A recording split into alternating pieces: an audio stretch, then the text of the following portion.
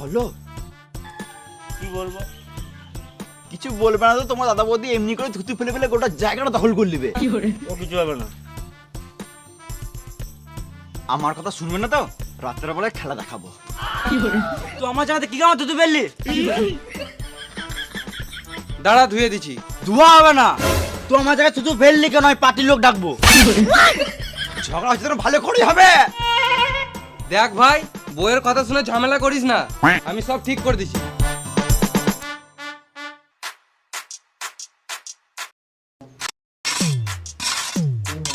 দেখো আমাদের মাটি লিলল, এমনি করে একদিন গোটা জায়গাটা দখল করে নেবে।